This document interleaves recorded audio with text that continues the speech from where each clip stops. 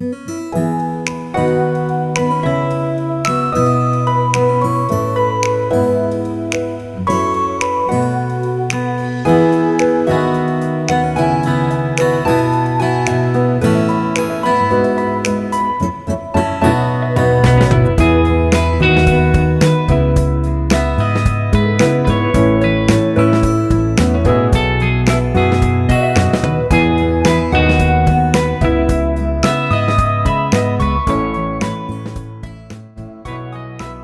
want to thank everyone for coming, and in particular our panel, of course. I'm not going to introduce the panel because the first thing they're going to do is introduce themselves. So let's get started.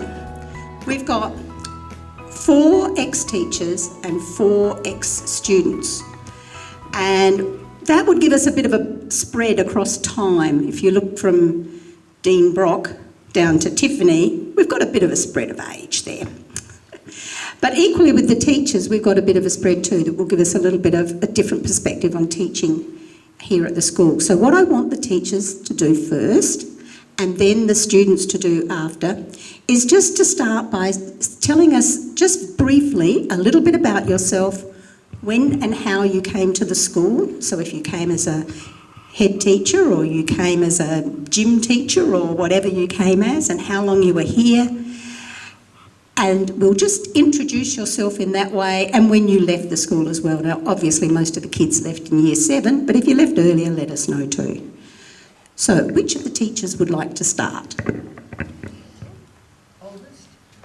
Oldest. All right, oldest to youngest. You want that mic? Yeah, I'll keep this one if you like. Oldest to youngest. Okay. I'm Kay Langmead for some people, and Kay Stafford for the other people. I came to this school as a junior primary teacher in 1960. So I have to remember a long time ago. I came here very young, 20. I had been at Riverton for 3.5 weeks, and the department said, you will move. And you didn't have a union then, so you moved. And then I went to Aldinga, which was a farming community, and a lovely place. I loved it there. 18 months there, and in the middle of the year again, you will move. You will move to Forest School. And I rang my parents, and they virtually cried because they said, you can't do that, that's over on the Nullarbor. And I said, no, it's Forest School at Lenswood in the Adelaide Hills, which then the reply from the Aldinga people was, oh no, you're going up with the hillbillies. True. So that was my initial sort of introduction to coming to the Forest School at Lenswood. And I came here in June, the coldest month of the year virtually. I'd come from Renmark, which wasn't quite like this, and I arrived on a bus from Adelaide, I'm not sure how, with all my worldly goods, and the principal to meet me was Mr. Keith Murdoch, Warren Murdoch's father. And on the staff was Margaret Shepherd, who I'd been to Teachers College with, so it was really quite lovely to see her. And so I commenced in a year 3-4 class with 46 children. Is that all you need to know? At 46, I think we can give you a rest, and Yes. we'll pass it on then. Thank you. I'm John McMahon. I came here as principal in 76, left 6 years later in 82. We came from Macolta. When I say we, wife and 3 sons. And funnily enough, nowadays, the 3 boys are still within striking distance of Lenswood, which is great. So why did I come to Lenswood? I honestly have got no idea, because in those days you had little control over where you went. You could apply for positions, and so the department would then cross those off the list and send you somewhere else. But certainly very happy to come here. It's the closest that we'd been living to Adelaide, so this was a totally new experience. There were about 80 to 90 children when I came, and that stayed pretty stable right through. There were 3 different classes. There was a junior primary, a middle primary and upper. I won't go into any further details just yet, but it was a lovely size school. There are enough children for the other, all children to have a play with in their own age group, and family members or friends that they knew. So it was just a lovely community. We lived here for the first, I think, 4 years. Di, have I got it right? 4 and 2 or 2 and 4? 2 and 4. We lived here for 2 years down at the house at the bottom of the hill. When we first came to have a look at Lenswood Primary, we thought we'd have the lovely big house right next to the school here. But they said, no, you're down the bottom. So that was a lovely little house down there. We lived next to the church, which was a bit embarrassing because our children would poke their heads through the window and sort of, I think, make faces at the Staffords and other people in the church. But it was a lovely school, little school. Well, I say little because there wasn't a lot of it, but it was a lot of fun living down there. And then we moved to Bridgewater because we figured, years moved on, that you need to have a house to go to. We'd never had a house of our own, so we spent the last couple of years in Bridgewater. But that's a long while back. Thank you. Thanks, John. Hi everyone, I'm Carmen Brentat Cotton. I was appointed here in 1993 and I was here for 25 years. A long stint. And my final stint, because in the end I retired in 2017, and that was because someone had to leave because the numbers had been decreasing. Can't remember how many there were, but in my first appointment, this guy here, he was the principal, and I remember we hit 100 at one stage and we had 4 classes. So I'll move on to David now. Well, my name's David Carger. I came here in 1982 and left in 1995. I followed John McMahon. I'd come from, where did I start? Croydon Park. I reckon that doesn't exist anymore. Croydon Park, Port Augusta, Clapham Demonstration School. I was there under false pretences. Then Wallaroo and to Lenswood, and I went from here to Linden Park and finished at North Adelaide Primary School. So, been around, and like John, we lived in the house next to the church for a few years, and the population was always somewhere between 80 and 90. We got to 100, didn't we? But our family left the next week. We always had reception 1, 2, 3, 4, 5, 6, 7, which was ideal, and the staff was always very stable. It was a lovely school to be involved in, absolutely delightful. Wendy Bruce, one of the last superintendents, I said to her one day, look, I've been here a long time and I should think about moving on, and she said, why would you, man? It was a beautiful place to be at and have very pleasant memories. Now, I'll move on now because I'm starting to rave. There you are. I wouldn't call that raving, Dave. You were well respected, as were the other teachers, might I add. My name's Dean Brock.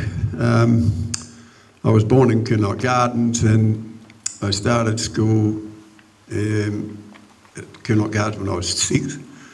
Then my parents moved to Forest Range, to the shop at the top of the hill, in 1949. And I started here when I was still 6, but I was in grade 1 down there. When I came here, they said the work I was doing at Kinloch Gardens, they did up here in year 2, so I got stuck in the grade 2. And I guess I struggled a bit from there on through school. So I stayed here till grade 7. Loved playing sport, and there was a lovely photo here of a lot of my schoolmates. It brings back a lot of memories, but then I went to Oakbank Area School for just over 2.5 years, and I'm just a bit over 14 years of age, and I went home working on the orchard, as kids did those days. You didn't worry about schooling. You was 14, you came home and worked. So yeah, I suppose that's much I need to say about my school life, but I love sport and girls. I think we're all on the second one, Dean. Kim Green, I'm a 6th generation Lenswood person. Came here in about 62. That's about it. Judy McShane, nee Mason, and I started here in 1958 as a grade 1 student, and came to this school because it was the local school, and stayed until year 7.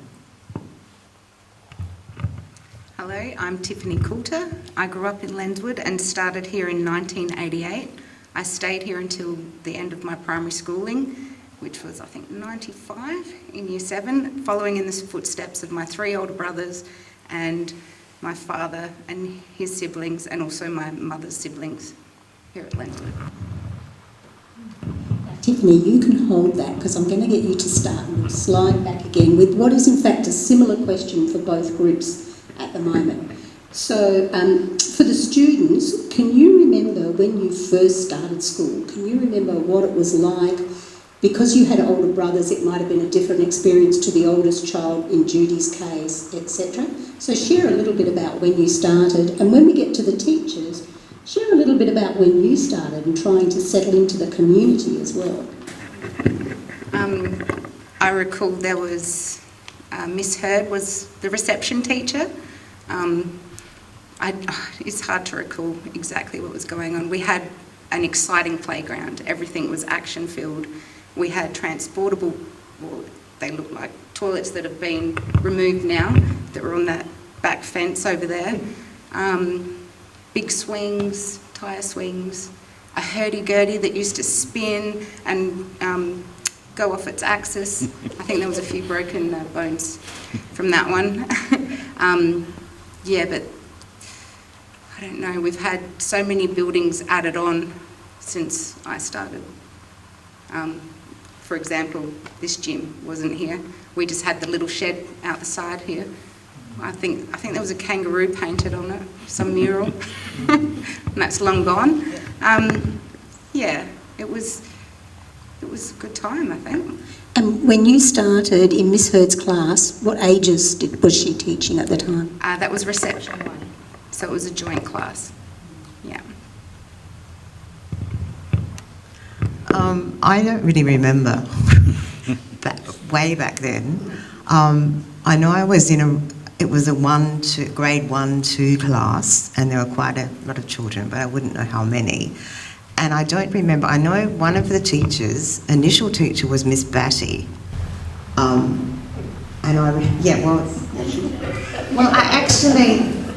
remember the name. I really did remember the name, and I remember feeling that she was a little bit batty, maybe. Only because I think she left early, and I got another teacher, Mr. Law, I think it was. And I don't really remember her. I just was looking at my old report cards. I remember it was very busy, and like if she wanted to if you heard reading, you stood around her table, and about 6 children, and you read your primer or whatever it was called. And I remember going home, and my mother would say, "But you can't read this." I had no idea of sounding or anything like that. And so I was just making up words, and it would get ticked off that I'd read, because she had so many children in the class. It was probably the only way that she could survive. Yeah. So how did we get to school? So we were fortunate that we had multiple cars coming down Coastal Road. So I remember we had Philip and Sandra Green, Peter, Mandy and myself, Craig Green, Graham, Marilyn Green, and Lisa and Margot Caldicott. So somewhere in that order, we would just all pile in whoever's car that was going by. And I was thinking, well, what about the little kids? So because there was 5 in my family, excuse me, as we're going to school, right, the 3 bigger ones, but what about Simon and Michael? Were they in the car? A bit like Judy, I can't quite recall, but we would get dropped off down by Mrs. Fountains and walk to school. Those real early days, it was all a bit of a blur, but we had Miss Carol Morris. She was nice. And then I think she moved off, a bit like Kate was saying, midterm somewhere. And then we got Mrs. Ruth Patterson. I'll get to the better teacher, Miss Kelly, later on. But the school was just the main building when we were there.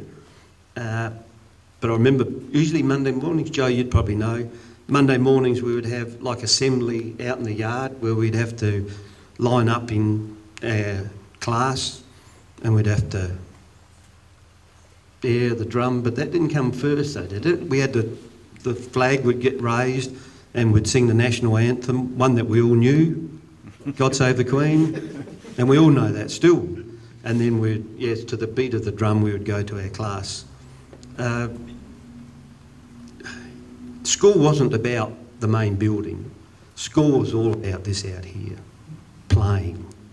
I was probably fortunate that Evelyn and I went to school together. You were very lucky to have the boys.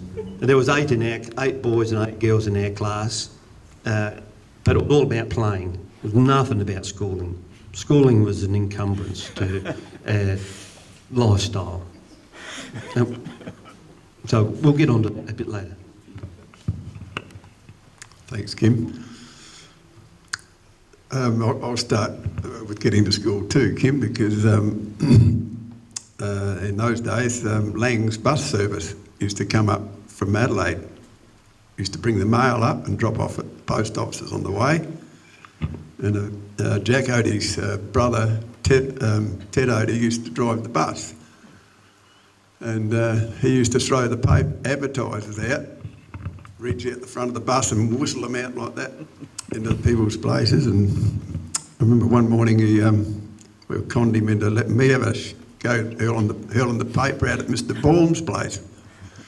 And I really got onto it and she landed on his rear in the room. That's the last time I threw the paper out. Anyway, so we used to catch the bus, Lang's bus in the morning, about 8:30 up the old shop there and a heap of other locals, and drove down and dropped off at the school. And to get home, it was Graber's bus. Used to leave Lowe's about a bit before 3:30, I think, and picked us up and took us all home. So we had pretty good trips there. And latter years, of course, when Lang's stopped, Lang's and Graber's stopped, it's all done by the wives or someone driving their children to school, so things changed. Now, the first year I came here, like I said, I went straight to grade 2 instead of starting grade 1. And I haven't a clue who the teacher was, because I was only in there for 2 or 3 months and it was gone. So I can't remember who that was, but when I went up 3 and 4, I think it was Mrs. Pointer was teaching. She was quite strong. A beautiful voice. She loved singing and taught us religious instructions and stuff. Didn't do me much good. Then Mr. Maynard, remember Mr. Maynard lived down here? He was another teacher. And Mr. Moore, I was talking to Roger Norton prior about Mr. Moore. You didn't muck around, but Mr. Moore, I reckon he used a cane the best of I've ever seen anybody. So I was on the receiving end of time, I'll tell you. No, lots of fond memories of school, and like Kim said, you don't remember a hell of a lot about what you taught, and it all happened at it in the schoolyard and playing cricket and stuff and kicking the footy around. We didn't have an oval like they got today, though. That's pretty much all I need to say at this stage, I think. Yeah.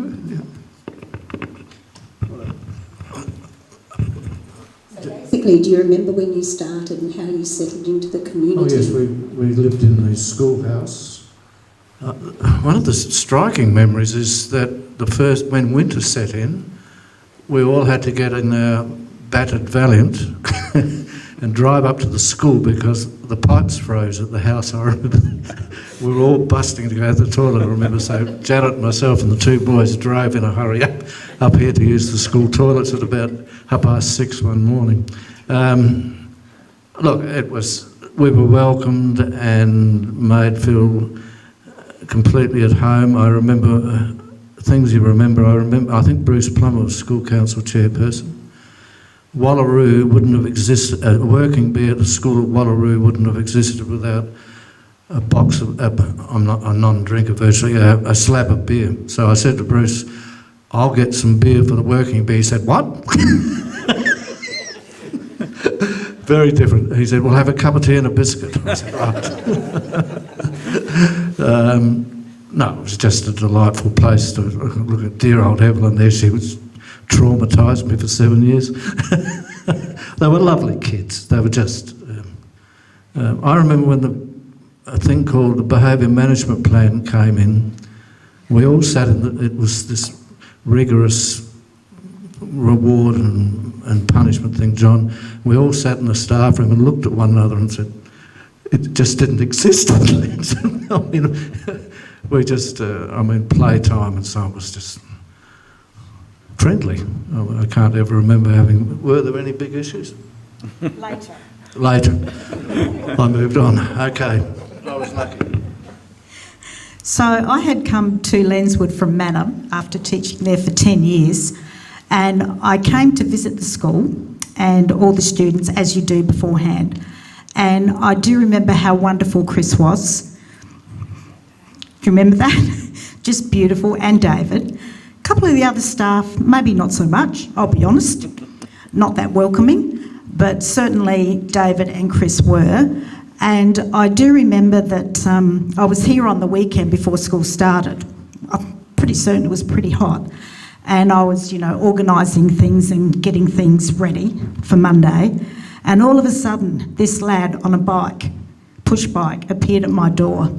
And I was in the classroom over there. And I mainly taught reception 1, 2, I think initially, and mainly junior primary.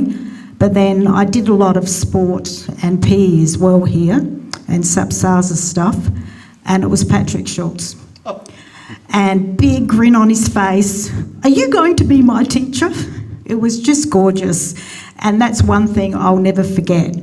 And the students were very welcoming, I must say, and fantastic. And Tiff, I have to comment on the toilets that you mentioned down the bottom here, because I remember the spiders.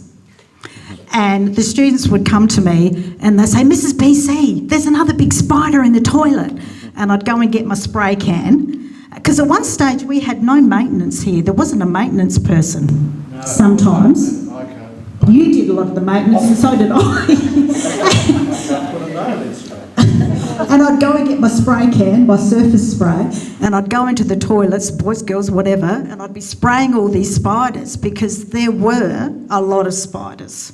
Those toilets, I used to do the Oval after school on a Friday on a ride-on mower, which was quite traumatic. I have enough trouble driving a car slowly. And it rained, John, and I was doing the grass around those toilets and finished up in the men's toilet on the mower.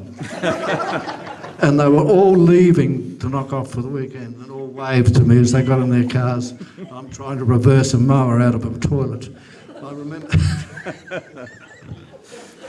I mean, for me... We got a groundsman after that. We did, eventually. But then the groundsperson wasn't here that often anyway.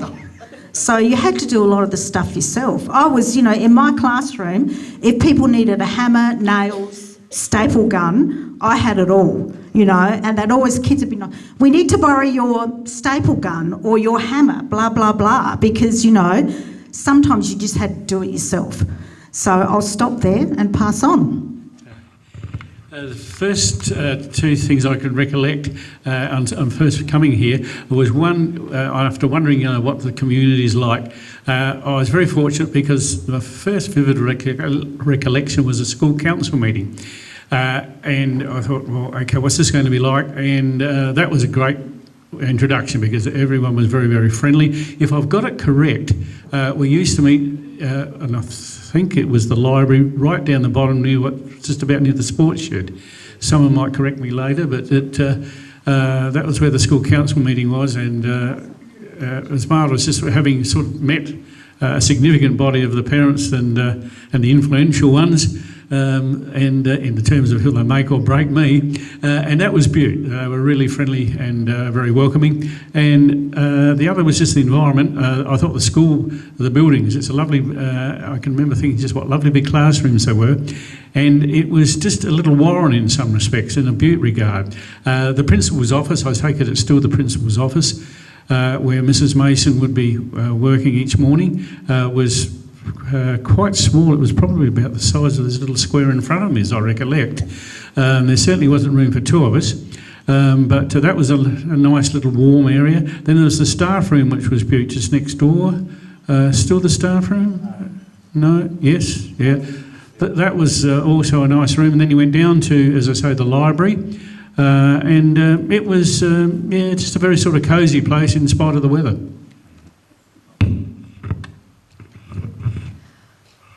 Well, I first came here, and to get to school I had to rely on the person I was boarding with, and that was Mrs Frida Giles. Lived up where Nicola and Robert Green live today, and there was a little bit of an omen there. I'd only been there 6 weeks and Mr Giles died. And a bit later on, when I was teaching, one of my principals died, Mr Thompson, so I was beginning to feel a bad omen for a while. But she brought me to school every day and I taught her grandchildren, so that was interesting. But I had 46 children crammed into a room, and they were 3s and 4s. They weren't little children. There wasn't much room for play in the room or fun in the room, so they were really very well behaved. I have quite a few of my students here. Judy up the end was one of my perfect ones. She was the one that I said, the inspector's coming today, make sure you all sing loudly and do your best work. And I could always rely on Judy and Charity Giles and Kevin. Were you in amongst that, Coulter? Probably. But yes, but our day started a lot differently. We had to, first of all, light the fire. I had to get the boys to go down and chop the wood with an axe, no questions asked. Get the paper from the room somewhere and get the matches from the principal's office. Just no questions asked, light the fire and have it roaring warm for the teachers and the students for the rest of the day. So different to today. And probably the highlight for John Vickers, who I taught, was I was standing with my back to the heater, warming myself because I found Lenswood very cold, and my skirt started to singe. And he still remembers today my lovely singed skirt. But it was a different time, and play was a hurdy-gurdy, kids bounced off it and didn't worry about breaks because I don't think we had many. And kids did all sorts of things in the yard they would never, ever be allowed to do today. Thank you. Now, Kay, if you keep hold of it, I'm going to ask the next question. You're going to get a double dose. We'll go back the other way.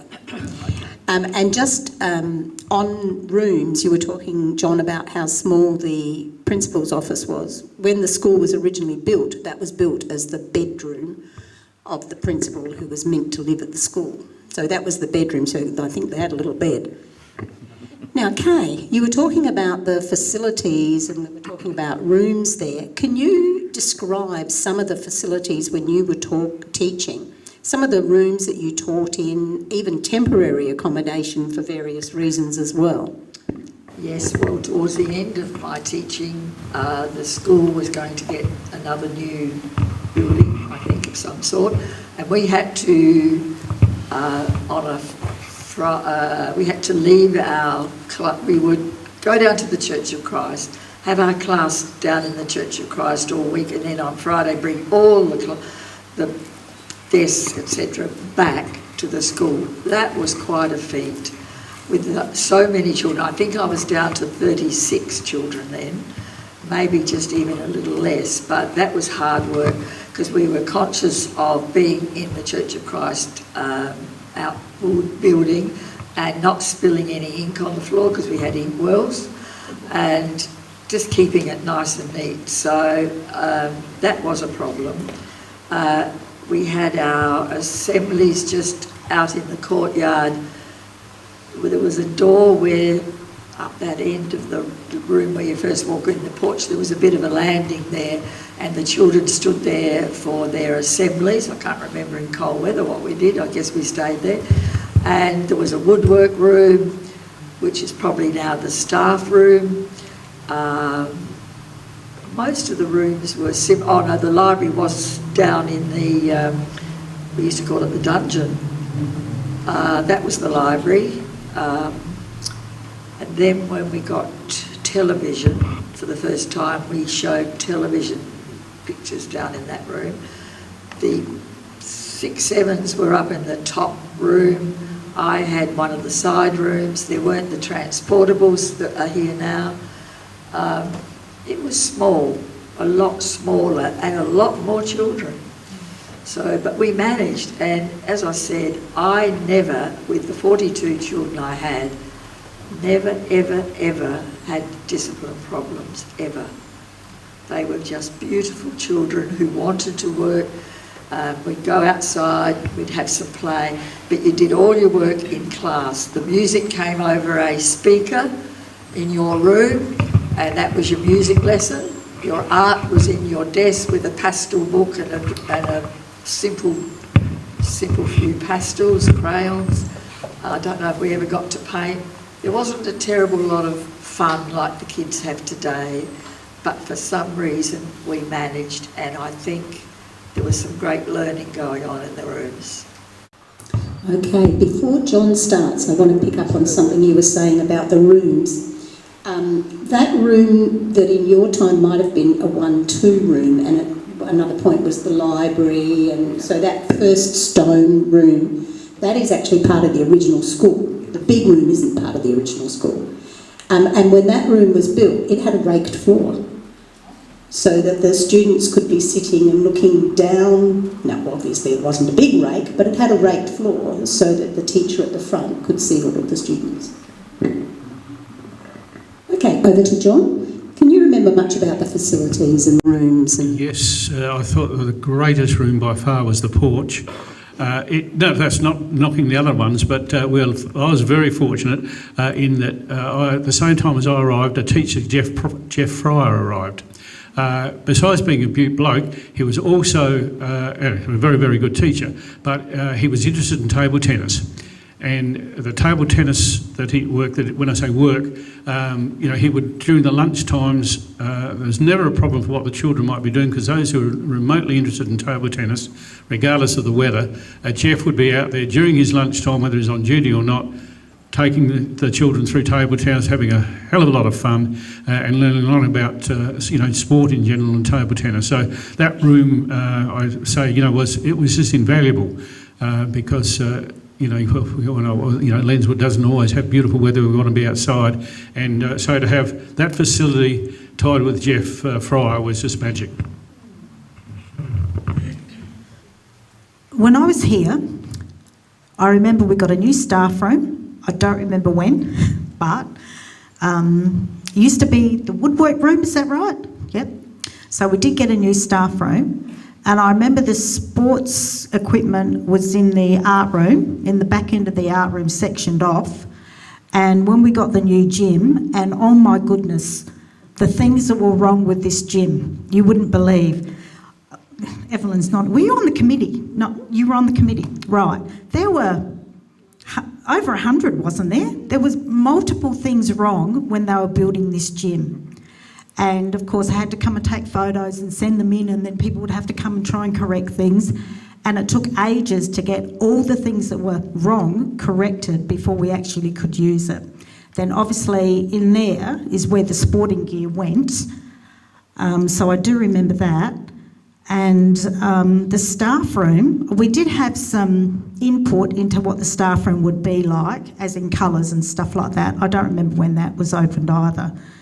But that was in Jack Dunbar's day, I think. Is that right, Chris? I'm trying to remember here. Yes.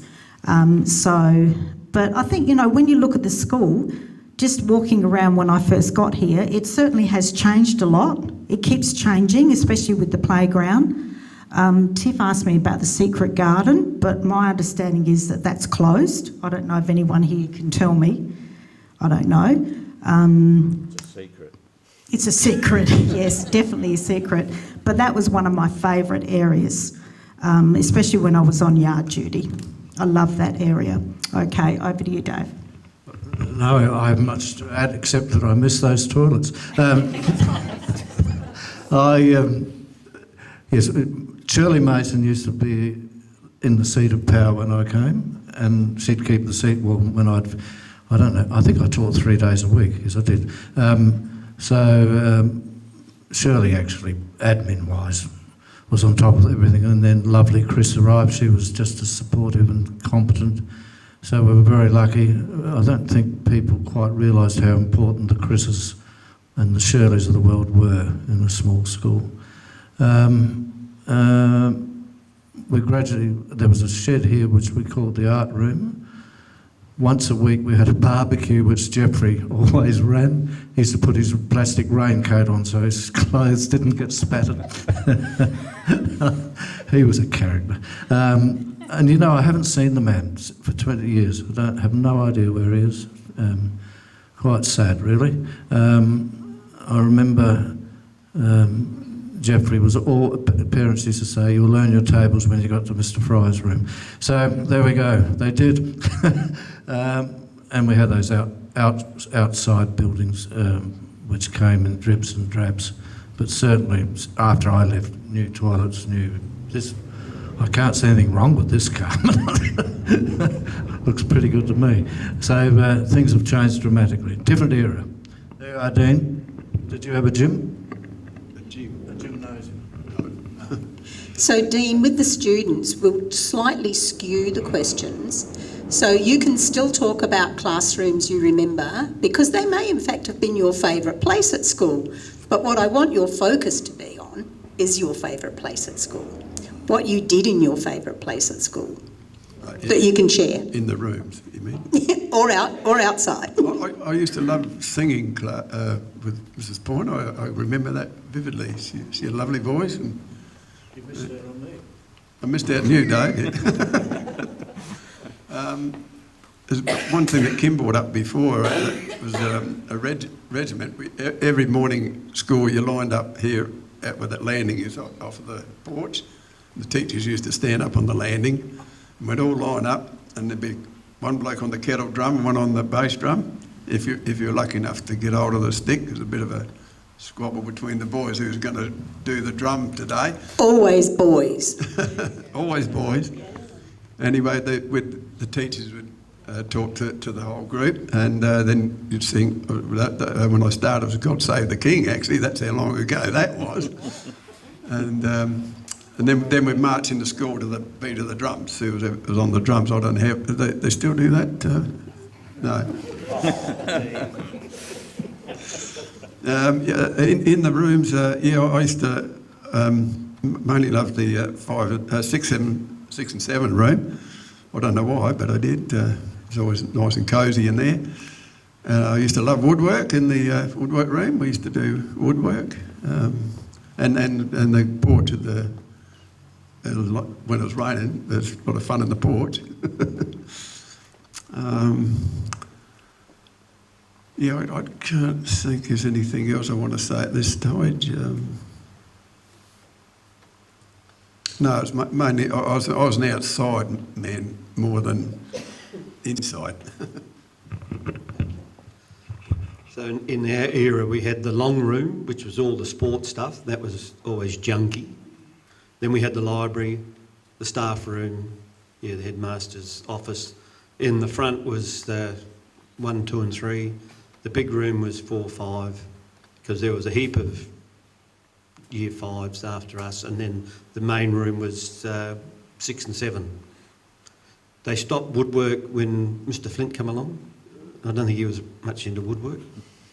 And down the bottom here, was that paint room, or what was that? Like a bit of a utilities room.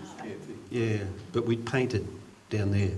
But as far as being outside, Yeah, The lunchroom. That's right. Thanks, Evelyn. The favourite area, well, you're talking about the toilets.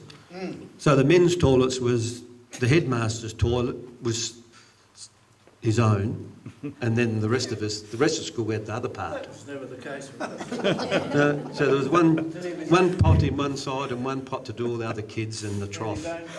Yeah. And the boys would try to piddle up over the wall, I remember.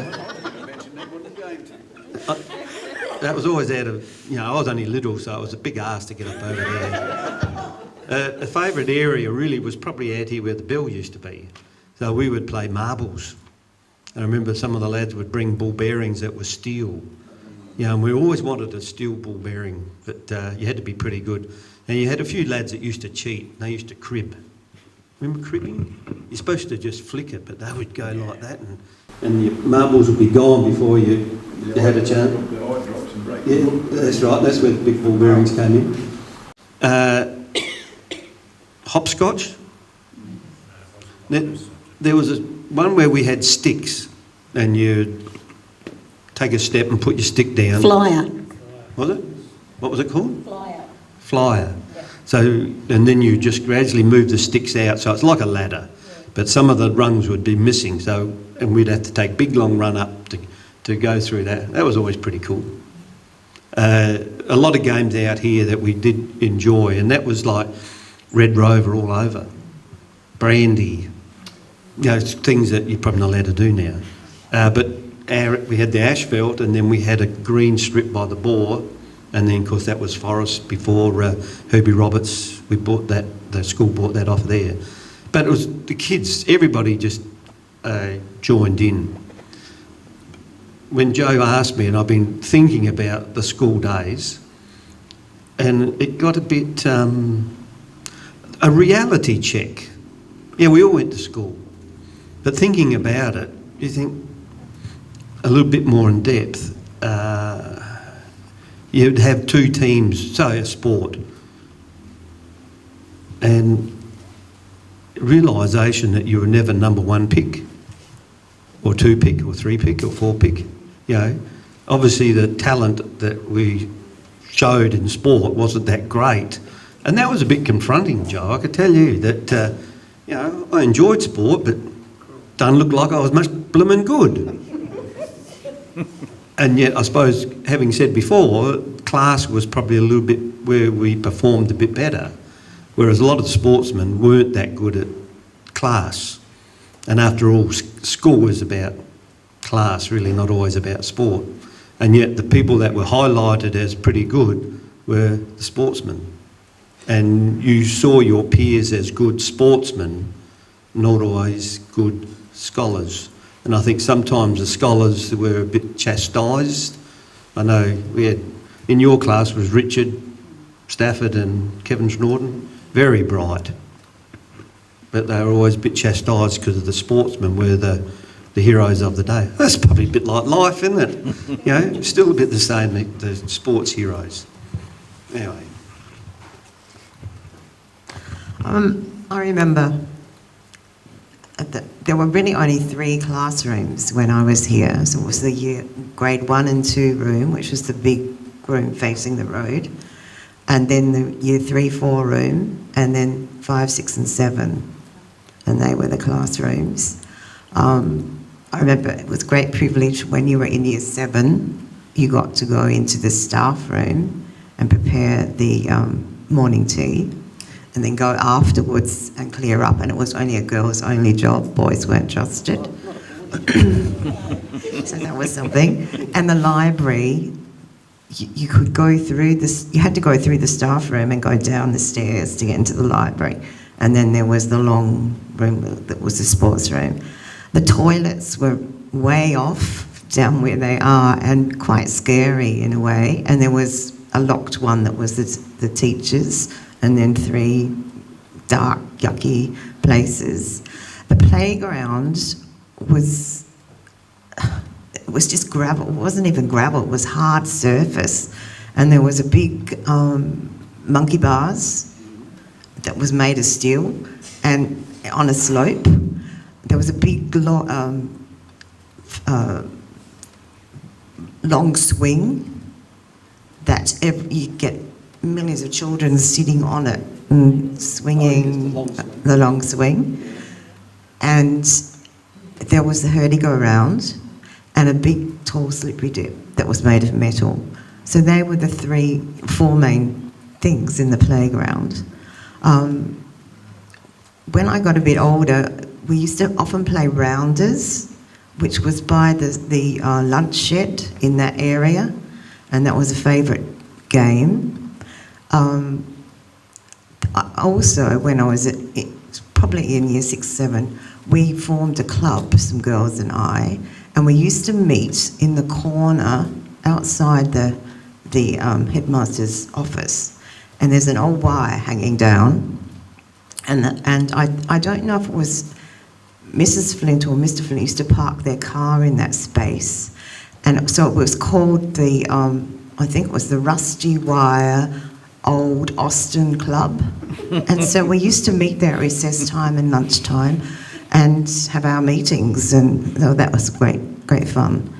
And the other game that we used to play, because there were pine trees, we'd make houses with the pine needles and play there. And then hopscotch was we'd have games that went on for days actually, because you just carried over. So that was all great fun.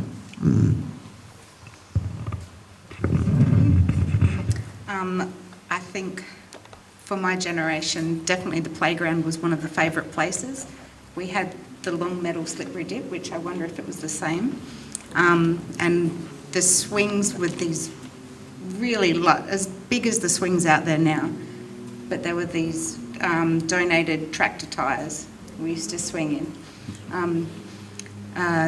There was balancing beams, like, well, a short one and a really tall one. There was also these logs that were suspended on chains that we had to walk across. All these things that have been removed for safety reasons, probably. One of my favourite games to play with friends was Safe, where someone hides. Someone stays at the tree and counts, everyone else hides, and then the seeker's got to go and find them, and we'd run around the school. I remember we used to put the Australian flag up regularly and take that down. That was one of the big things, and the wood tech shed over here next to it. But one of my favourite places was the monkey bars for sure, I think. Okay. Now we'll come back one more time before we stop for afternoon tea. And Tiffany, can I get you to go again? Can you remember activities that you did as part of the school that perhaps you went somewhere else, whether that was sport or concerts or excursions, or even on a camp if you were lucky enough to get a camp? Yes, so I believe we used to go to Lobethal for choir every year and meet other schools there and have to sing our hearts out. And we used to go swimming lessons at Woodside, and that was always a bumpy trip on the bus. I think the bus ride was the most exciting part. It was always the coldest week of summer, regardless of the month. I'm sure it is still now. We had come-out festivals, and we used to camp at Arbury Park, and was it the Life Be In It van? I don't know, do you remember that one? Yeah. There's just so many little activities we used to do as a community that was tied in with classwork. I don't think we had as many perhaps excursions and things. I do remember one that was a favourite. You'd go to the Amscol factory down in the city, which was, you always got free ice creams. And sometimes Coca-Cola factory was a place to go as well. Really healthy choices there. In year 7, I got to go to the co-op once a week for, I don't know, a term, I guess, and learn how to pack apples properly in the paper. And I'm sure we used to go by ourselves, just the students. It wasn't the whole class, it was only certain, I guess perhaps if you came from an apple orchard, you were chosen, I don't know. But you got to walk by yourself from the school up to the co-op and do the lesson and then walk back. And then I got to go to the Royal Show and entered a competition there, and I got a third certificate because I came third. My brother was really peeved because he wasn't picked ever to go to the Royal Show, so I thought it was one up for me. Yeah.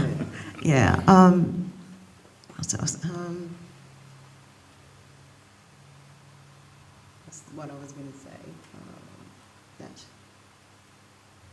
Yeah, I'll leave it there. Yeah, if it comes back, I'll grab the microphone.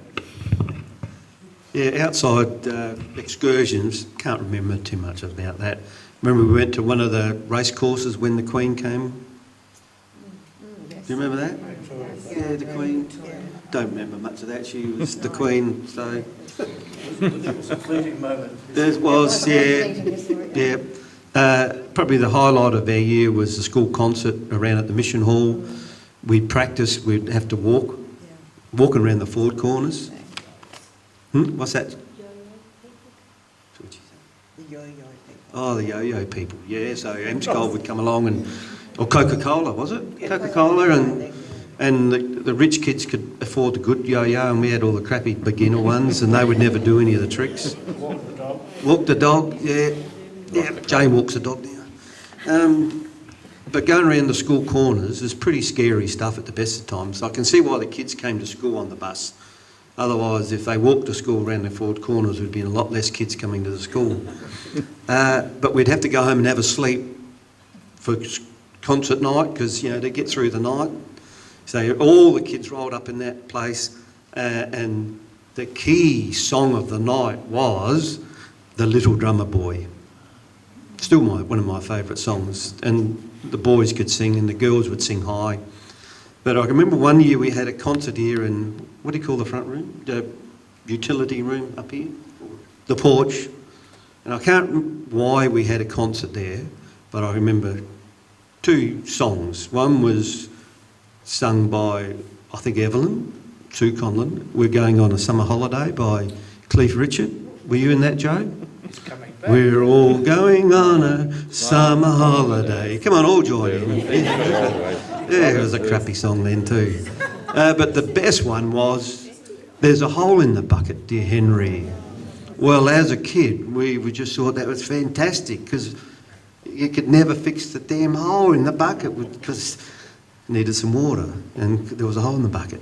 But as a kid, we couldn't add it up why it was so. And that was pretty cool as a kid. Hell, that stayed with me for all these years. Sorry. A long time ago, we had a junior deb ball that was associated with the school, and that was around in the Mission Hall. And we used to also have, we had a dress-up thing where you all had to dress up, because I've got pictures of my brother as a baker, and I think I went as a beach girl. So they were things that were had in the Mission Hall. There was also, at one point, a surprise birthday party for our new teacher who turned 21. That was okay. So it was a surprise. She didn't know she was coming there to have a birthday party. So that was something we did. And when I was in year 7, and it must have been at the end of the year, the girls in my class, there was a majority of girls in my class, not many boys, were allowed to go off for the day for a picnic by themselves, no teachers. And we walked around to the Mission Hall, then down to the creek and up that way and had the day out. And then came back at home time. The boys had to stay here, they were not trusted. That's a girls' thing again, Joe. Two other things. We used to have Gala Day, tree planting day, Arbor Day. We'd plant trees around the place. But we'd be able to dress our push bikes up with crepe paper. Well, that was really good. and we'd have to ride them to school, and often it would be wet. So imagine, we didn't win a prize for our bikes by the time we got here. But the best one I liked was we could bring a pet to school. And Jane will say, I can remember, Kim, you brought your horse to school. So I rode the pony to school, through to Clem Norton's, down through the reserve, and had a great day here and rode back home, and Clem asked me what I was doing on his place, and he said, you didn't get permission to walk through. And it always reminded me of, you know, some politeness, things that you can be euphoric, but you got to do the cross the T's and dot the I's and get permission. Who worries about permission? No one, Kim. There was no inter-school sports. We didn't go away playing footy against other schools in our days. In the backyard, I remember vividly playing cricket during the lunch break, midday lunch break, and there was this very strict rule that if you hit a six out of the school ground, you were out. You had to give up the bat. And I remember marbles too, Kim, vividly. And you mentioned about the school concert. Well, I remember vividly walking from the school. We walked around the four corners, which you wouldn't be allowed to do that today, to practice around at the mission hall. And that was a big night at the end of the year. We used to practice quite a lot after the school year was over. And I vividly remember I was Captain Soot in one of the plays, and during the play I had to kiss Marlene Leaney. I'll never forget that. I don't know whether it was memorable for Marlene, but yeah, so no, I was really loved sport and really enjoyed those concerts, and that was really great. And you, Dave? Marlene still wakes at night screaming. We had our annual netball Australian rules football carnival at Uradla, which we always attended in our blue and red long-sleeved woolen jumpers on a hot day.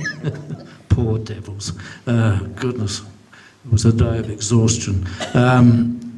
One of the things that I always remember with great fondness, and Evelyn will remember, we won a competition because we were readers and we liked literature. A bit of bragging here, we were pretty good. We won a competition to have afternoon tea with Roald Dahl at one of the hotels on North Terrace. And we had cucumber sandwiches and lemonade with a glass straw. Remember that? It was amazing. And he was a character, charismatic man. He chain smoked Benson and Hedges all the time. He began by saying, I want you children to come up the front because I'm going to tell, and the mums to stand at the back because I'm going to tell you dirty stories. And he had the children immediately. It was amazing. I remember that. I've got a photo on my, what I call, I don't know what it is, a place where I work, still with all the children there, and remember that with great fondness. It was really something. And each child took at least half a dozen Roald Dahl books and he autographed them, and he went over time, and his mind was becoming a bit fractious. It was a great day. That's one of the memories. And the usual excursions. Personally, I'd sooner teach maths for a week straight than go on an excursion, but there we go. I think I agree with you. Many excursions. I think we had a policy that, well, initially it was 2 a term, as I recall, back in my day, but then it got changed to 1 a term because things were becoming more difficult and money was obviously, you know, a player in that, and even more so today. But we certainly took the students on many excursions from Monarto, you know, off and down into the city. But memorable ones, and then also we changed it to, we tried to do people coming here rather than going out because the prices for buses just got, higher and higher and higher. And I remember having many an argument in a staff meeting. I was often outvoted in staff meetings, but we won't go there. Not very often. All the time. I was outvoted all the time because... Go on. You're delusional. I was. Not in your time, David. Later. But we did have many memorable sleepovers here. And I do recall when I first came, I mentioned about, well, why can't we take junior primary on a camp? Oh, no, you can't do that. I said, well, yes, we can. Why not? But we did in the end. And for a while there, sometimes we even did whole school camps, which was wonderful, taking, everyone with us. And that was a ball. Snake. Which way is it going? What is it? What sort of snake? Well, we don't want a brown snake. Okay, we'll pause for a moment, shall we? Everybody stand on their chairs. I must say, I killed a couple of snakes here at school too. Well, there you go. We had a snake in the air vents. Remember, there was a snake in the air conditioner, and I did kill a couple on the oval. Is he gone out? No. Where's the broom? Oh, he's ready.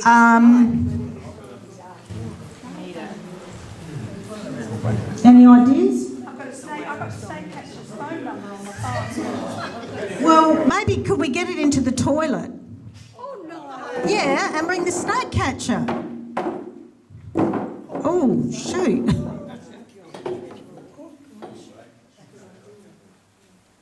He's nearly out. Whoa. Okay, snake's gone. Don't go on the oval. We can add a question about the wildlife.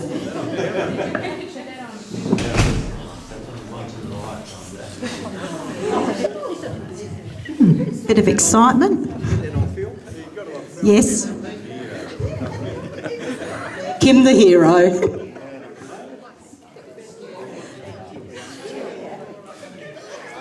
Wow. Yes, well, seeing the snake actually brings back some memories. I remember I nearly, going up the steps to exit the school, I trod on one, actually, pretty much. And as Chris was reminding me, there was a snake caught in the air conditioning of the principal's office. And I remember, I don't know why me, I had to stand outside there. And the poor thing, though, it got caught in there. And for some reason it couldn't get out. And the snake catcher came, and even the snake catcher couldn't get it out. And the poor thing died in the air conditioning. And then they had to get it out. So that was a bit of a drama. But it was late in the day when that night we were going to have the parents come for the Christmas break up in the yard. Right. So we were scared that, we had to get rid of it. We had to do something with it because everybody was coming. That's right, yes. 5 o'clock or something, or 6 o'clock. And I do remember seeing a few snakes in the playground, as you do. We're here in Lenswood. So yes, I'll move on now. That's enough from me. You'll be unbearable for a week. Well, that was a bit of fun, but nothing was as much fun as the Lenswood School camps because they were the days before there were any policies. Some of the highlights I remember, one of the traditions we did have was the last night always had to be a water fight, which was a lot of fun. One in particular that stood out, people would remember, I'm sure, Mrs. Anne Langer, who was a teacher at the school. And Anne knew of this tradition, but she spoke to the Year 7 students just before that, the last night, informed them that she had this new jacket that she certainly wasn't going to get wet in, and that the Year 7 boys had to be better behaved. Now, Anne had done a lot of teaching college experience, but she'd never did psychology, because there's nothing as inviting to Year 7 boys as to be told they mustn't get teachers' new coat wet. Had a happy ending. Anne didn't drown, but she very nearly did. And another one was a student, John Caldecott, in the water fights. This was one up at Quorn, and John got totally engrossed in this water fight. But he had one difficulty there. You all had to choose your weapon there to fill up and throw it over someone. John elected to go with a colander. And it's not a really effective weapon in a water fight. But and the last one that I do recollect vividly was we went down to the southeast to Narracourt and stayed at Narracourt High on the train. And we left from Balhanna and came back to Balhanna. While we were down there, one of the lads were playing cricket and got a black eye.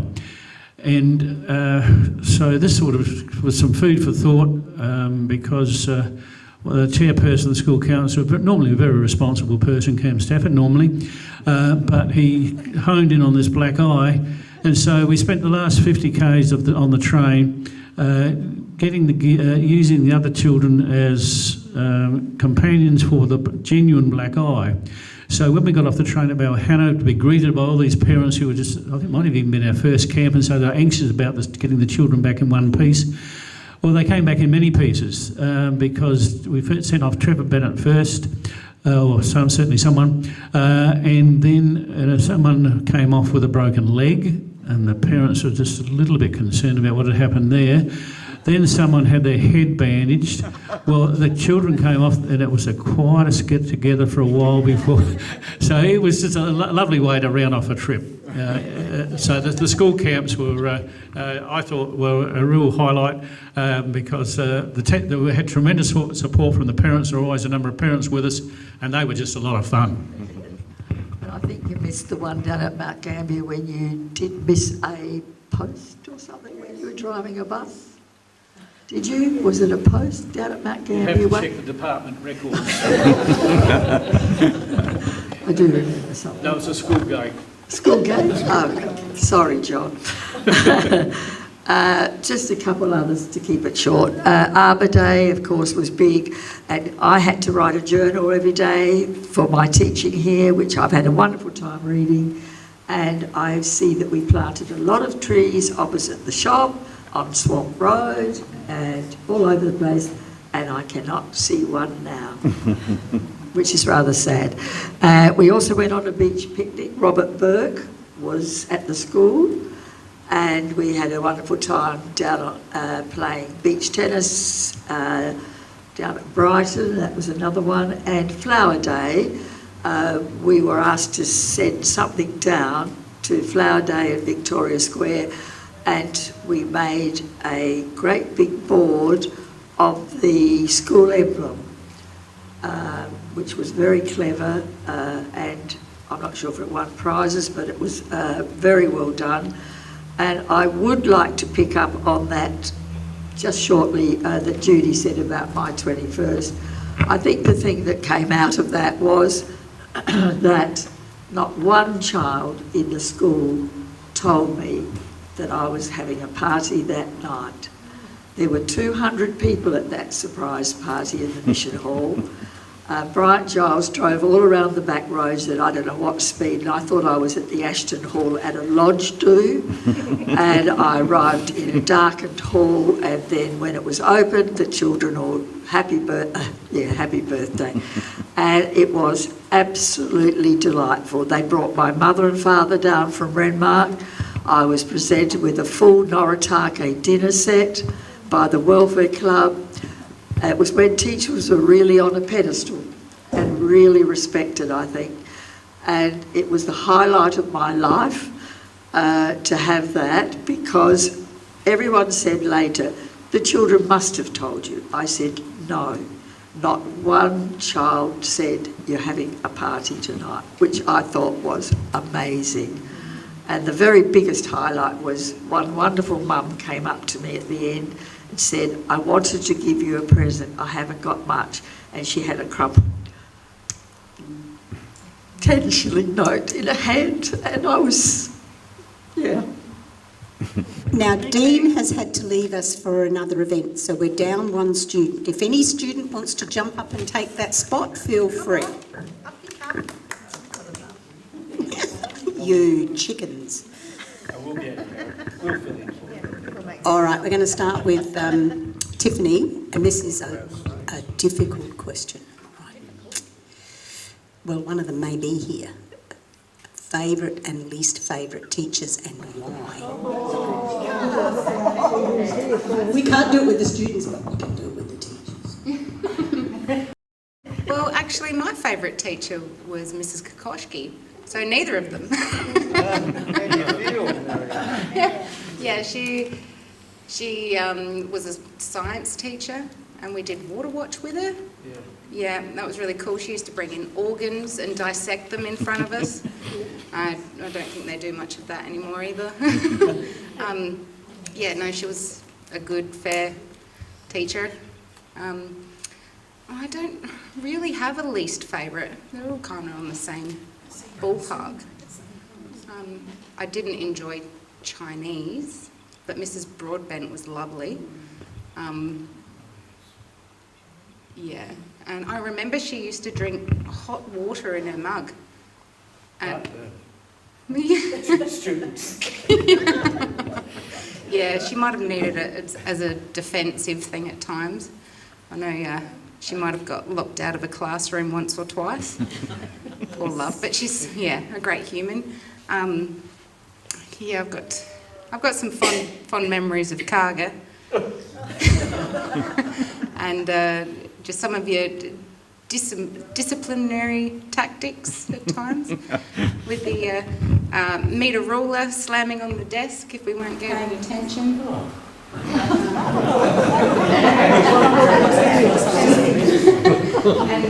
I remember these, because we had the blackboards then, and used to, if there was chatter in the classroom, you'd be filling that duster up with chalk. And then all of a sudden, like, those of us that were paying attention would duck our heads because we knew it was going to go. But if you weren't paying attention, it was the flying duster through the room, often hitting the back wall of the classroom. That was good. But you also came out into the playground, played football with everyone at recess and lunch. I remember you joining in with basketball. It's okay. In my later years, 6 and 7. I don't know. Can't think of anything else. That was excellent. I'm in a bad situation here. No, well, probably Kay had a fairly big influence on me. And I think I really got on with, I was one of these goody two-shoes. He didn't, I was talking to my brother about this yesterday. I mean, he got the cane and everything, and I'm thinking, I didn't ever get into trouble because I was brown nose, I guess. So I got on well with all my teachers and quite enjoyed them. I don't have any bad memories. I know boys often were taken out, had to go to the headmaster's office and were caned and things. Never the girls in my era. It was just always the boys, again. And really the girls went along fine. I remember something that Miss Langmead taught us. It was we were talking about teeth, and she drew this beautiful picture of teeth on the board with a little elf with a pickaxe, okay? So if you didn't clean your teeth, he picked into your teeth, okay? Now, I'm pretty, basic. And I remember sometimes going to bed and lying there thinking, I haven't brushed my teeth. And I could literally, and I'd have to get up and go and brush. So it made a huge difference to my life. Yeah. But my other teachers, Mr. Flint, let the girls go for a walk for all day, trusted us, so he was pretty good. Yeah, but other people might have different memories. Yes, the teachers. It is interesting on the lasting impression that our grade 5 teacher had. That was Sheila Kelly. I think she was, what colour hair did she have, Emma? It wasn't, yeah, but it was pretty hair, and she had freckles, and she was good looking, and she treated us so nice. And it was like we were in love with our teacher. Even now, it has a nice uncomfortable feeling about this teacher trying to teach her stuff. And I'm not sure whether she did leave halfway through the year. She did, and she went off to be a Catholic nun.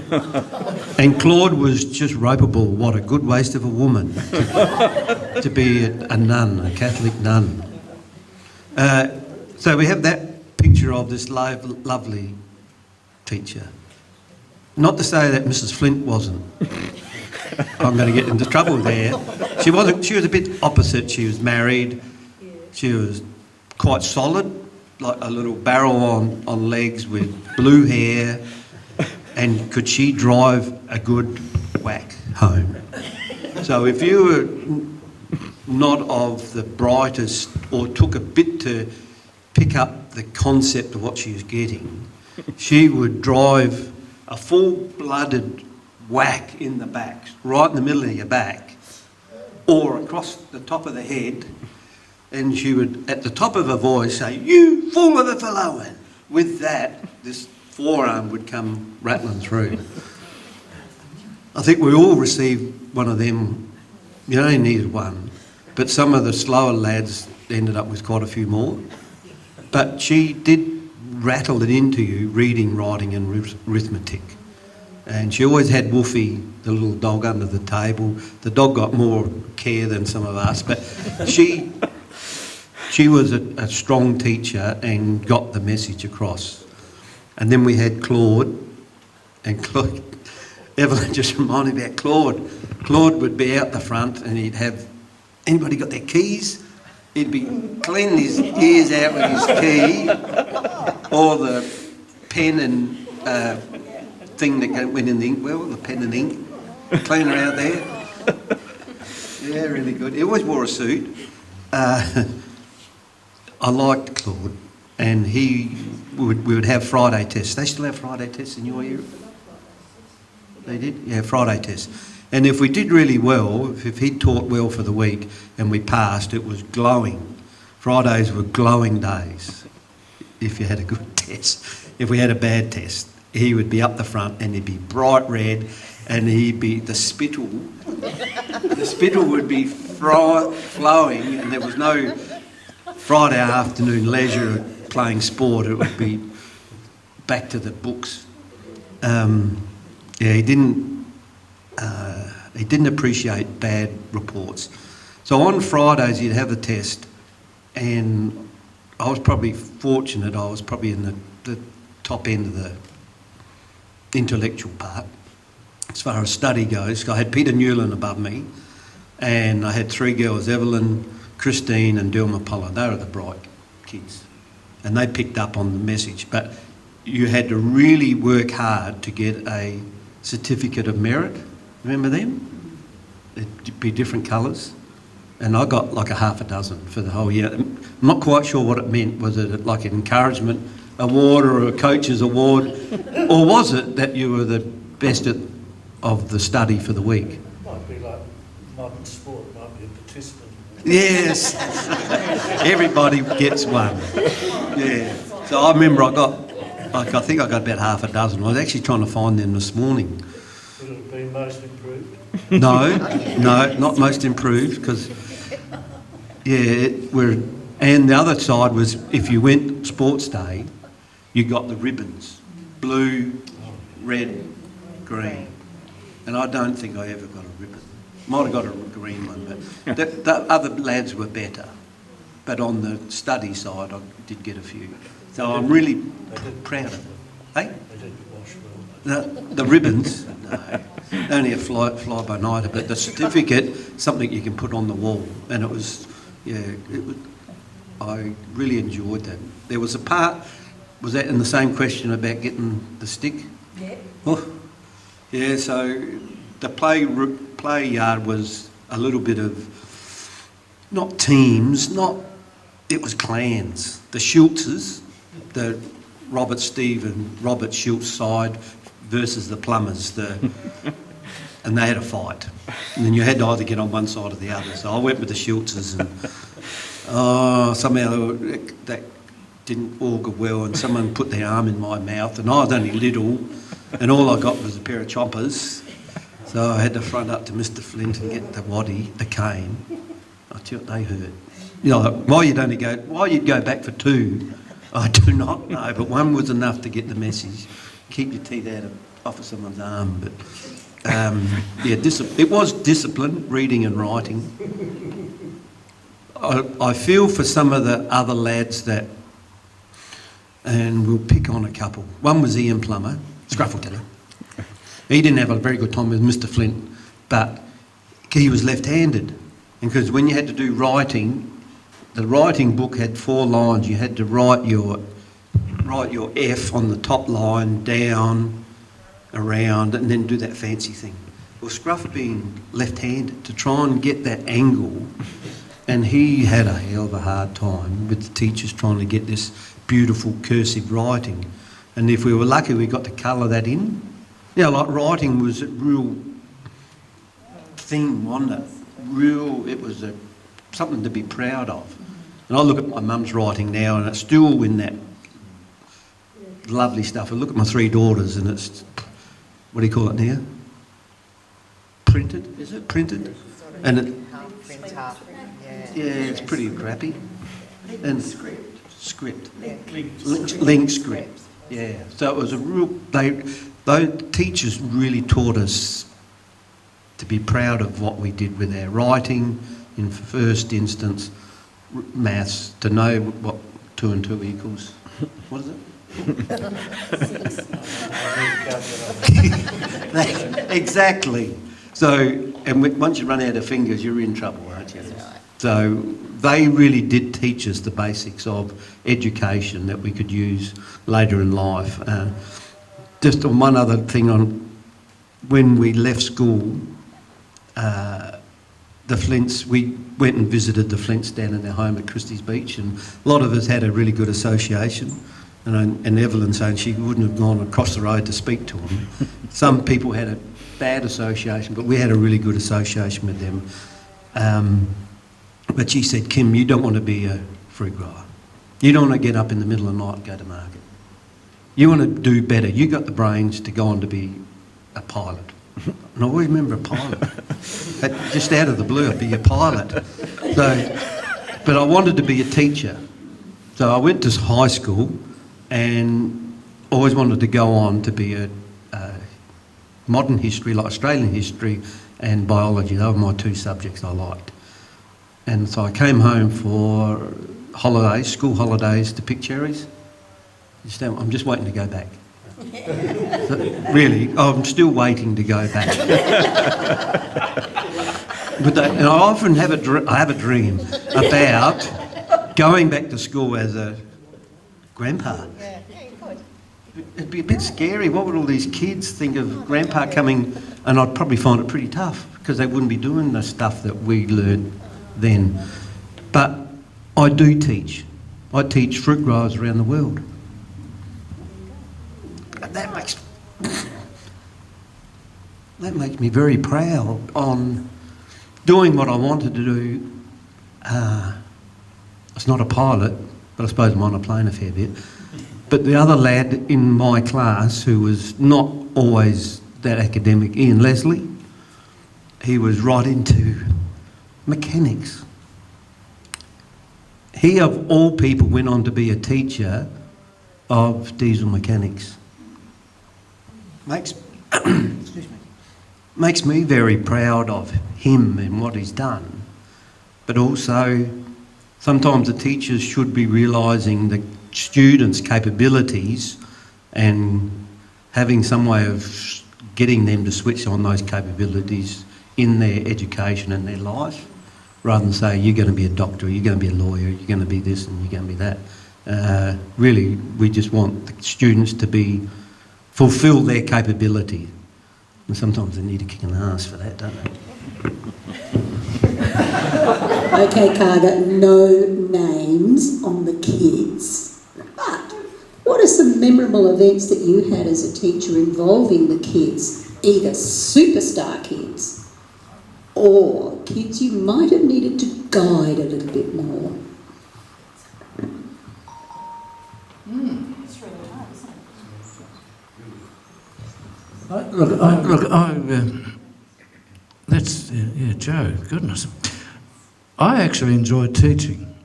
I was always a sweaty mess.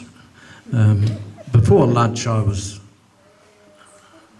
vigorous, and I took great pride in preparation. I never, ever took a lesson that was unprepared. And people would laugh at that because I've taught with fellows who can and women who can just go in and take a lesson off the cuff. I never had enough self-confidence to do that. I always prepared thoroughly, and to my detriment, I think when I tried to coach football, I overworked with preparation with that. I remember coming back after Loberthal Football Club was beaten by 15 goals. I'd come back on Monday morning and they'd look at me and think, God, he's been on the booze all weekend. But I'd been picking teams at 3 o'clock Sunday morning. I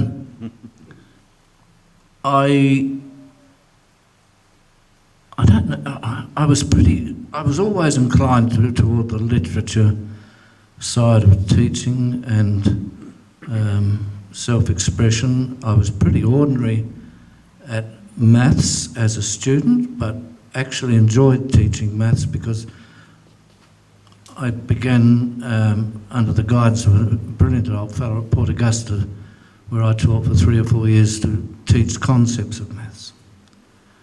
And we were taught like parrots when I was at primary school. No concept of understanding at all. For example, 1/2 means you're dividing 1 into 2 equal parts, and that line actually means divide. Decimals. So if you divide 2 into that 1, you finish up with 0.5, which is the same as 5/10. So that sort of stuff I thoroughly enjoyed teaching. And Evelyn will tell you I bored them to stupidity with that stuff. But I thoroughly enjoyed that sort of teaching. I taught at a demonstration school for a year before I was sent to Wallaroo, and demonstration schools were set up so that we had student teachers every day of the week. The teachers' colleges would send students to you. That was a huge development thing for me. Look, I just enjoyed, and I think I always felt that I was a good friend with the students. I didn't, despite what Tiffany, I was quite ashamed of that, Tiffany. I can never remember. We used to have a lovely Friday afternoon where we'd just sit and chat for the last hour of the day. Just sit and chat as a class about it, whatever they wanted to talk about. Stuff like that I remember with great affection. I remember this school with great affection. The children, the parents. I always thought that if I did an honest day's work, the parents would support me. And that was true. It was a working district, wasn't it? I remember we didn't have air conditioning while I was here, and I'd say to the lads, "Where's your dad today?" "Oh, he's out in the orchard." And I'd say, "Well, come on, get on with it." And they knew what I was talking about. There was that work ethic. Look, we had some good students come out of this school, really good academic students. They've done extremely well. I won't mention names. And we had some battlers who've done pretty well too. And I see them from time to time. I saw Evelyn's brother recently. It was a very emotional time in the Loberthal Bakery, which I have life membership of. And we had a big hug, and he's in the United States. He's an entrepreneur selling, what are they called, Henry? Pinball machines. I don't know much about them. He's making them from scratch. And he's employing 20 people in Texas, isn't he? Yeah, I mean, what a great story. So stuff like that. I'm getting emotional. Sorry, it was easily the best school I went to Linden Park after this, and then to North Adelaide and the Keith Conlons of the world and so on, but this has always been my favourite place. As Wendy Bruce used to say to me, "Why would you move?" So you just mentioned about the academics and the other. How do the teachers see that whole thing? Is it all about the academics? Is it about the guys that are good at what they do? How do you as teachers sort that out? I think I unlike John, I hated school codes. I think I was on that side of things. Because my background, we all are, but my background. I mean, Dad worked at the Laura Flour Mill for 40 years as a ship middle worked afternoon, midnight and day shift. We had a 4-room house. We rode bikes. Dad got a Ford A when I was in year 7. We didn't have a lounge room until I was in year 6 because that very strong working class conservatism. We don't buy anything unless we've got the money. Mum thought that I would have a good job if I got a job in the post office. She heard that the postmaster in Little Old Laura got £30 a week. So ambitions were set. So and I went to Gladstone High School and then came down here and had a disastrous year at Adelaide Boys High School to do what was called leaving honours. That's year 12 now. It was a fill-in year. I was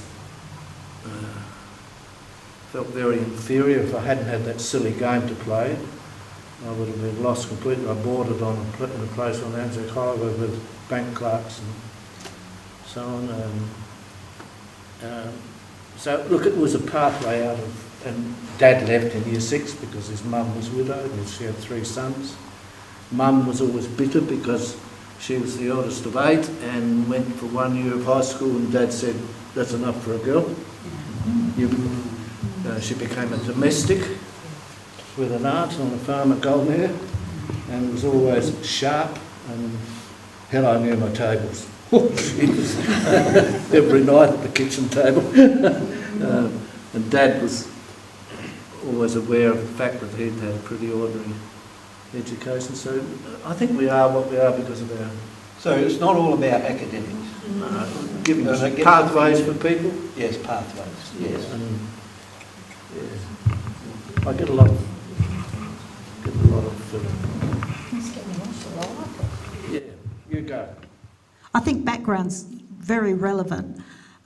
My parents came out from Malta in 1950 and their attitude was, we're in a new country, they've let us come here, you know, £10 on the ship.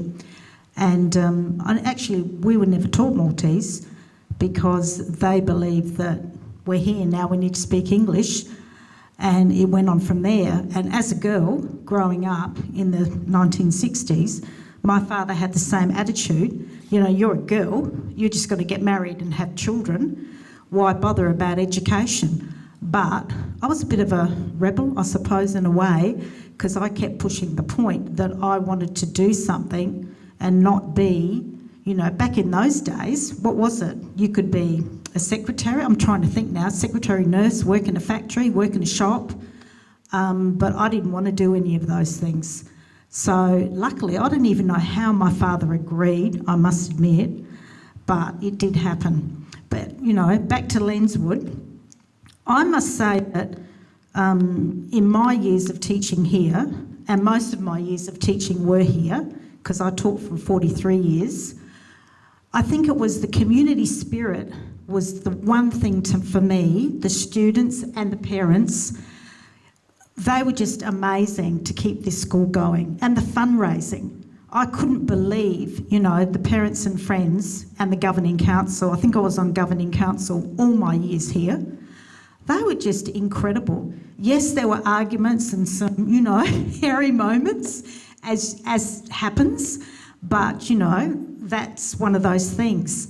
And these days I've become a gym junkie, as some of you might know, and I go to Anytime Fitness in Balhanna, and I love it when I come across a student that I taught from Lenswood, and I have seen and run into so many of them there, and they'll come up and, you know, sometimes they'll come up and I'm going, now, just help me, I don't quite remember your name. Oh, Mrs. BC, come on, blah, blah, blah. And it's been wonderful. I've seen quite a few there, which has been fantastic. And I just love going to the gym every day. So that's another story. And I have kept in contact with a couple of them, but mainly in the gym when I see them. And one of my students who I taught in reception in year 1, she's overseas at the moment, and she's sending me photos and keeping in contact. But when you talk about academics, it's interesting because I used to have this little game that I would play, you know, with the reception in year ones, and I would think, you know, would that person end up being such and such or going to university? But I've learned over the years, it's not about university. It's about you as a person and what you want to achieve in your life. And even my son, Adam, he's had this discussion with me many times. He's a very intelligent child, but he said to me a couple of years ago, I'm not going to go to university, I don't want to get an ATAR. And I said, fine, you know, and I knew that would happen actually. And he said, look, I don't know what I want to do, so why would I go to university and get all those HECS fees and then probably change what I'm thinking if I'm not actually passionate about something? And his belief, and I actually agree with him, really, if you want to go to university, fair enough, but you do need to be passionate about something. And he hasn't found that yet. He's only 19, fair enough. And a lot of his mates have gone to uni, some have pulled out, some, you know, put it off for a year and have gone back again and still aren't happy. And out of his crew, I think only one doing paleontology. He's the only one that actually is passionate and loves what he's doing. So I said to Adam, look, why don't you travel, experience some of the world, and then make your mind up. So he's on FIFO at the moment, up north of the uranium mine, doing something. And he's enjoying that. And I think it's really important, and often as a teacher, you get it wrong anyway. You know, you might think this student might end up going to university and being whatever, but we need everybody. You know, there are so many different jobs that you can do, and they're saying that students these days, they're going to actually experience a number of different jobs before they settle on a job that they're going to do for quite a while. And back in our day, we probably stuck with one job and that was it. But there's so much more opportunity these days. And when you talk about travel and, you know, things happening in different countries, I think it's wonderful. So I don't know if that helps, but, you know, and one other thing I want to say, because we've talked a lot about playing in the yard, I must admit I was one of those teachers. I would rather be in the yard, even when I wasn't on yard duty, doing stuff in the yard or playing with the kids than sitting in the staff room. And I'll leave it there. Excuse me. First, one of the frustrating things, or more than two things frustrating about teaching at times, but I'm sure most teachers share with me a regret you never can do enough. And you look back and you think now, you know, someone might say, oh, you did a great job with so-and-so, or with this. But what's always in the back of your mind is after, you know, 30-odd years of teaching with me, it was always, you think, oh, now there was so-and-so, it might have been a particular child or whatever. So one of the regrets I think you've got to live with is that you never quite felt as though you'd, done as much as you could. Perhaps you went out and played golf instead of, doing an extra lesson or something or other, but that was one thing that I found. The other regret is that you don't see many children after, because I only taught three types of children. One, you knew they were going to do okay. The others, you weren't sure, and the others, well, they are really going to be battling. And it would have been really interesting later in life to, particularly the middle-of-the-road kids. Some you knew they're going to make it, they've got a really caring family, financially there's no problems, they're well-balanced, everything going. The other kids, they're really going to be battling. And if he's not in jail, then things have worked out okay. But it was the middle-of-the-road kids I felt were really the interesting ones, because theirs was, like that film, I think, Revolving Doors. They needed a lot of luck in life. If they got tied in with the right people, that's where they went. The wrong people at the wrong time, that's where they went. So that was one of the things, as a generalisation, that I've sort of found, looking back. I just wanted to mention now briefly the four most, my four favourite students. It's just coincidence they're all boys. No, it's not really coincidence, I think, because they are the nicest of... sorry. But these are four boys, they're all Lenswood boys. They were certainly the most entertaining. They were the four green boys. Vern, Stephen, and I feel bad about remembering the other two. But, sorry? I lived next door to you did too, didn't Yes, and now that was one of the They were most... frequent visitors. Wayne. And don't forget Stephen. They were most entertaining, not only because we lived next door to them. The entertainment there was they had one of those cots on wheels, an enclosure, virtually a cage on wheels. But Mum and Dad would put them over Terry, they would go over that side of the room. But if they wanted to look out the window, the four of them worked together. They would bounce up, and the cot, we could hear it. We couldn't see it, but we could hear it, would bounce across the window. That was entertaining. And you get up here to school, I was reminded of them a while back. I went to walk around that narrow little walkway at the front of the church, at the school, and I got to a gate. And I thought, God, that wasn't down the Green Boys' time. Because was the entertaining thing there, if your heart was in your mouth. But, when I knew that they were legally blind and they would go past there playing chasey at a rate of knots, they were just quite incredible, just utterly fearless. And I know Danny, one of my sons, catches with Vern, I think it is, lives locally. So they were four of the very entertaining children at Lenswood. And father was too. The first school council meeting here was in what was the library. Terence had a pair of desert boots on, and he was smoking at the meeting.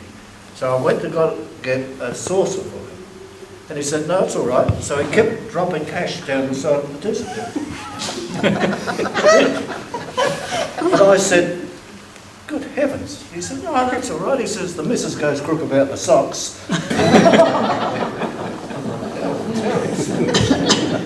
My favourite story about Dave Carger is one day he said to me about a certain girl who'd thrown a bit of a tantrum in the class and marched out, and he said, "I told her she is not on the set of Home and Away."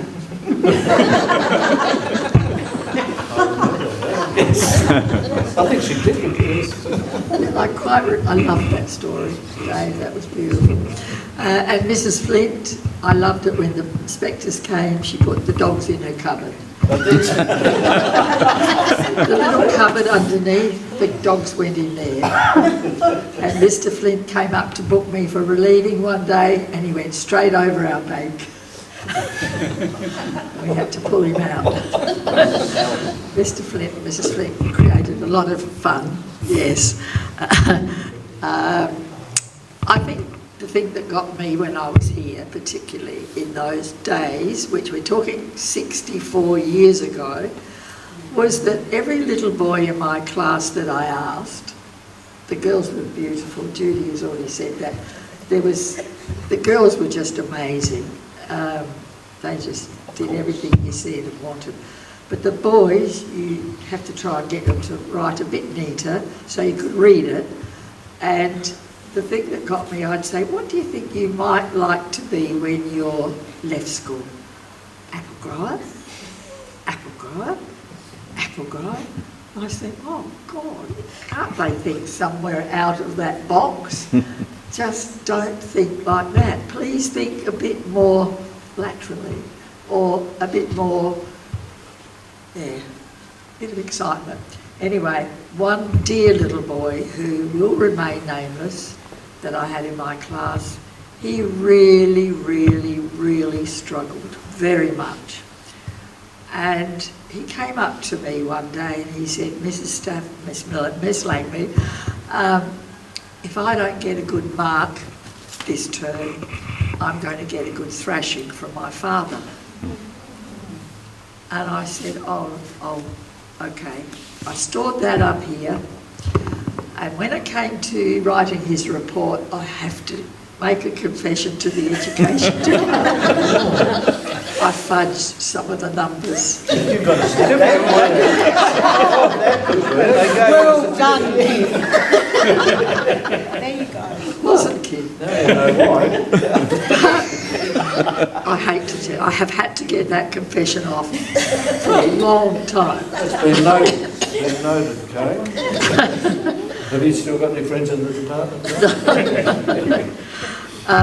But it was just something. But I have to say, that boy went on to become a very successful man in machinery, in, I think perhaps type of council work, very successfully married a very up-and-coming woman,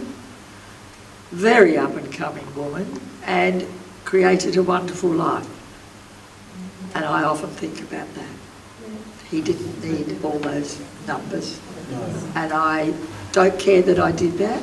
I didn't add much on, it just enough to get him over the line. But that was how it was. It was very important to some of the parents. And I think the other thing is, living in a small community, there may have been, well, what did Johnny get? What did Jimmy get? You know? And how did you go? How did they go? And there was a comparison of their work. And so I was not going to have him getting a good thrashing, I can tell you. But other than that, yeah, I don't know. I think that's enough after that confession. You could go a long way if you married a white woman, couldn't you? What are you saying? Yes. Now we're going to wrap up, and because we've talked about teachers for the last 10 minutes, we're going to wrap up with just the students. So if you could pass the mic down, thanks. So Kim, what do you want to say in wrapping up about your student life as a wrap-up?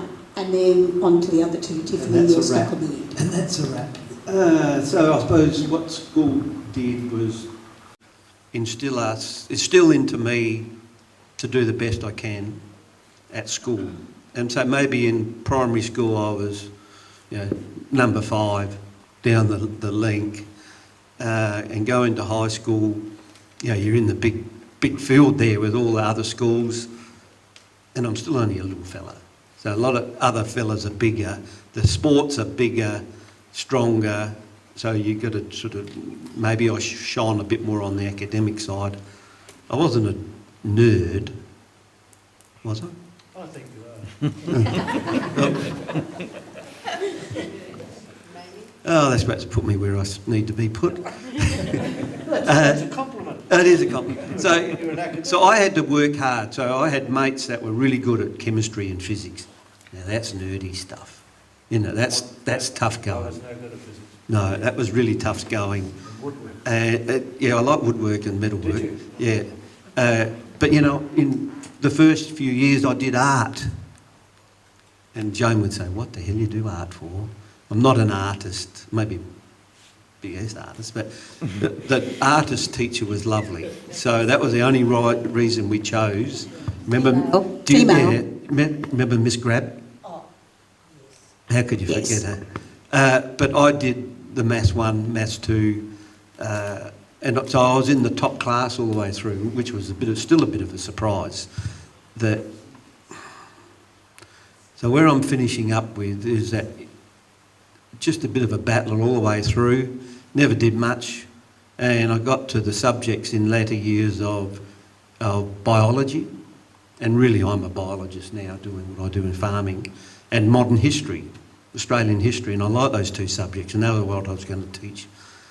So my claim to fame that in 4th year we had the exams, and out of the whole class, the whole year, I was the only one that got a 1 in leaving exams for modern history, and I got a 2 for biology. And I remember Ian Shedlick coming to a footy game, and he was my teacher, and he said, "I cannot believe, Greenie, that you would do that. Out of all the bright kids in the class, you've got a 1.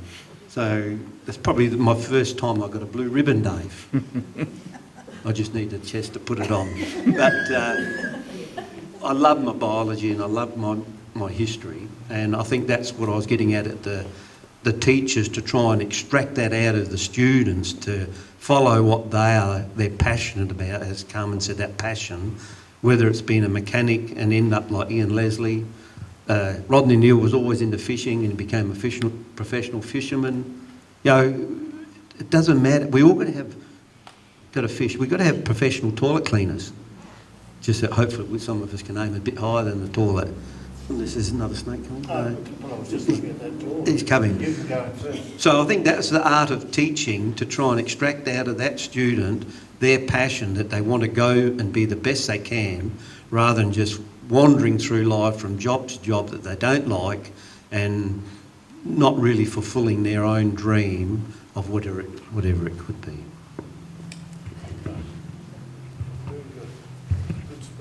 Yeah, I guess I think I just glided through primary school. I enjoyed it. It was fun. I had really good friends, got on well with everyone. And then high school, I really enjoyed because we got to sing. We did productions of things. I was Mad Margaret in Ruddigore, which was fantastic. I also was with a really very high bunch of kids. There were 10 Commonwealth Scholarship kids in my class, year level. I wasn't one of them, but I was happy to find my own level. And from year 2, I always wanted to be a teacher. That was just something, and that was something I aimed for, and I really did enjoy teaching.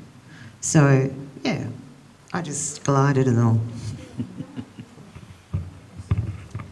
I think it's important to mention how strong the community spirit is and was during the 80s and 90s.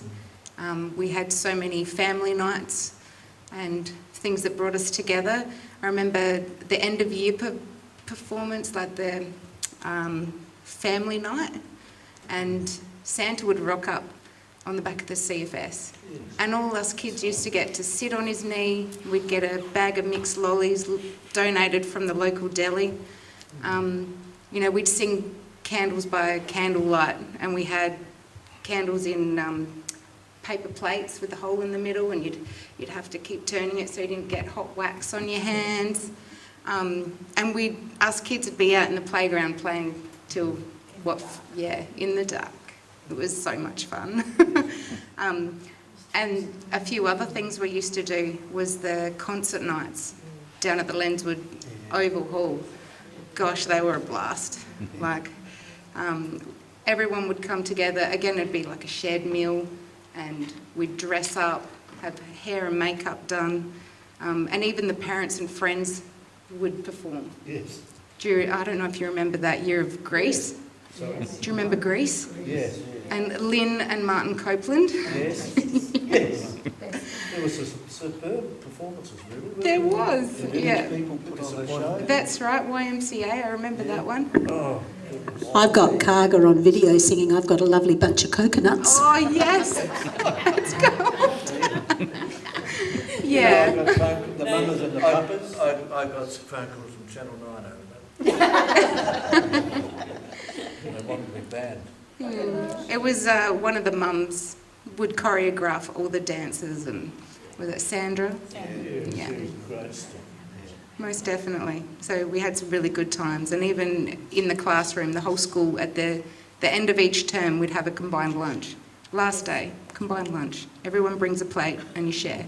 I'm glad you enjoyed it, because spilt cordial and chips bunched into carpets, not my favourite. Yeah. I thought it was a different side. Yeah, no, look, you've said it all, actually. It was about the community. Most definitely. A few people that I still keep in contact with are still some of my best mates. You know, you see kids that you grew up with, and it's like it's like the day you left. You just pick up where you left off and say good day, and it's all that mateship that's always been strong in the community and the School of Lenswood. So thank you. So the role that you people have got as community members. Now, obviously you've done it very well over the past years, but I think a gathering like today, where people, teachers and parents are happy to get together and look forward to getting back to Lenswood.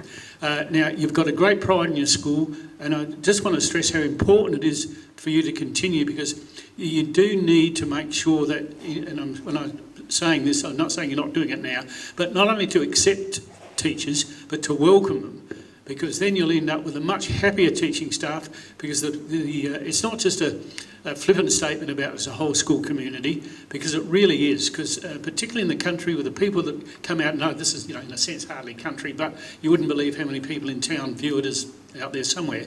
So you've got an important role to continue to make sure that people are welcomed, and then you'll get the very best out of them. Well, thank you, everybody, and I can't say enough thanks for people who are brave enough to sit up here and share, sometimes deep and meaningful and a few tears, and share with the rest of the group. Thanks everyone who came too. We will eventually get it cut and put onto our history group YouTube channel. So if you haven't looked at the other videos on our YouTube channel, you just search YouTube for Forest Range and Lenswood History Group. And we've got other Talking Heads events, we've got cricket events, we've got all sorts of weird and wonderful things. So thank you very much, and be safe when you venture out there with the snake.